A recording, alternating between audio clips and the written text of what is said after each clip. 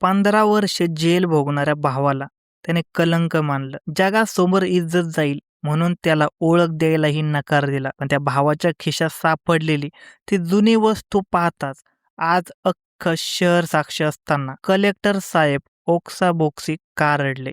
सत्य समजल्यावर तुम्हाला देखील रडू येईल. इथून चालता हो रमेश. पुन्हा या घराची पायरी चढायची हिंमत सुद्धा करू नकोस. एका खुनी माणसाचा भाऊ म्हणून मला समाजात मान खाली घालावी लागते. आज माझ्या आयुष्यातला सर्वात मोठा दिवस आहे. मी शहराचा कलेक्टर झालोय आणि तुझा हा भिकारडा चेहरा घेऊन तू माझा आनंद मातीत मिसळायला आला आहेस का? समोरच्या या तीक्ष्ण शब्दाने हॉलमध्ये उपस्थित असलेले सगळे पाहुणे स्तब्ध झाले. दारात उभा असलेला रमेश, त्याचे कपडे जुने आणि मळकट होते. हातातील एक छोटी पिशवी घट्ट पकडून मान खाली घालून उभा होता. समीर, जो आता शहराचा जिल्हाधिकारी झाला होता, रागाने लालबुंद झाला होता.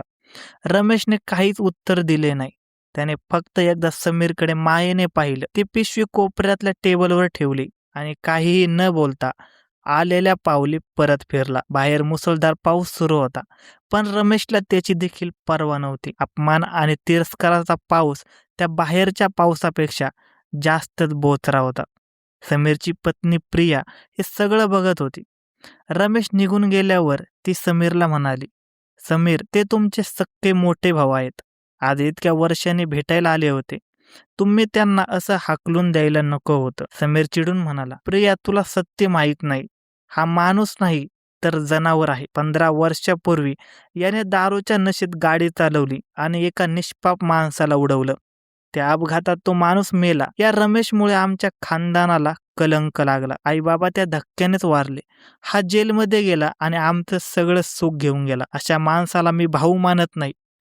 समीरचा राग शांत होत नव्हता. दुसऱ्या दिवशी सकाळीच समीरच्या सरकारी बंगल्यावर पोलिसांची गाडी आली. इन्स्पेक्टरने सल्यूट करून समीरला एक धक्कादायक बातमी दिली. सर, काल रात्री शहराबाहेरच्या पुलाखाली एक बेवारस मृतदेह सापडला.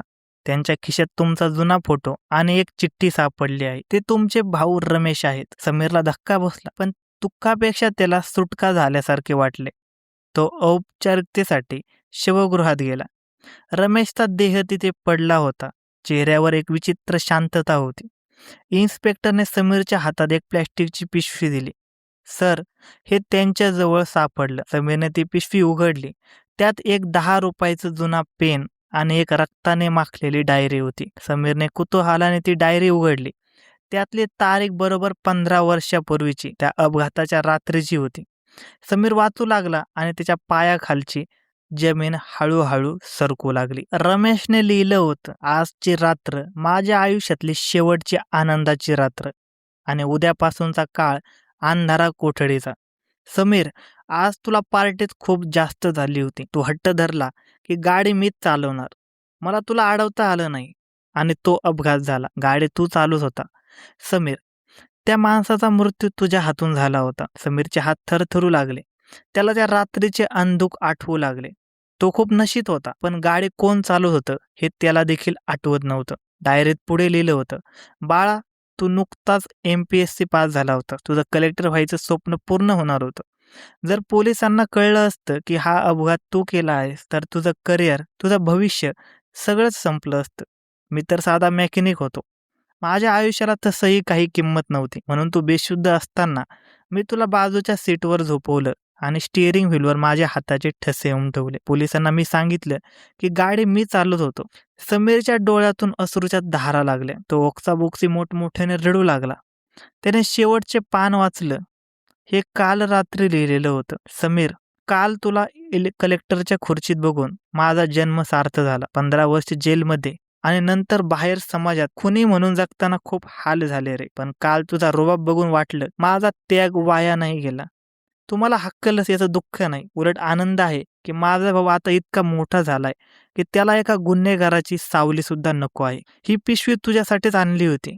यात तेच पेन आहे जे बाबांनी तुला गिफ्ट दिलं होतं आणि अपघाताच्या रात्री माझ्या खिशात राहिलं होतं. आता मी जातोय, कारण जोवर मी जिवंत आहे तोवर तुझ्या भूतकाळाची भीती तुझ्या डोक्यावर राहील. सुखी राहा राजा. समीरने त्या डायरीला छातीशी कवटाळले. तो ज्याला 15 वर्ष गुन्हेगार आणि व्यसनी समजत होता, तो माणूस प्रत्यक्षात देव होता. समीर आज जगाच्या नजरेत कलेक्टर होता, पण स्वतःच्या नजरेत तो एक खुनी होता. रमेशने फक्त एका गुन्ह्याची शिक्षा भोगली नव्हती, तर समीरच्या यशासाठी स्वतःच्या चारित्र्याची, नात्यांची आणि आयुष्याची राख-रांगोळी केली होती. काल ज्या हाताने समीरने रमेशला धक्का देऊन बाहेर काढलं होतं, त्याच हाताने आज तो रमेशच्या पाया पडला होता. पण आता खूप उशीर झाला होता.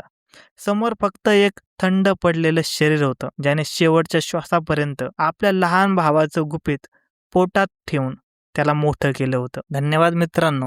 अशाच नवनवीन मराठी क्राईम स्टोरीज ऐकण्यासाठी आजच आपला यूट्यूब चॅनल क्राईम कट्टा याला सबस्क्राईब करा आणि या घटनेबद्दल तुमचे काय मत आहे हे आम्हाला कमेंट सेक्शनमध्ये नक्की कळवा.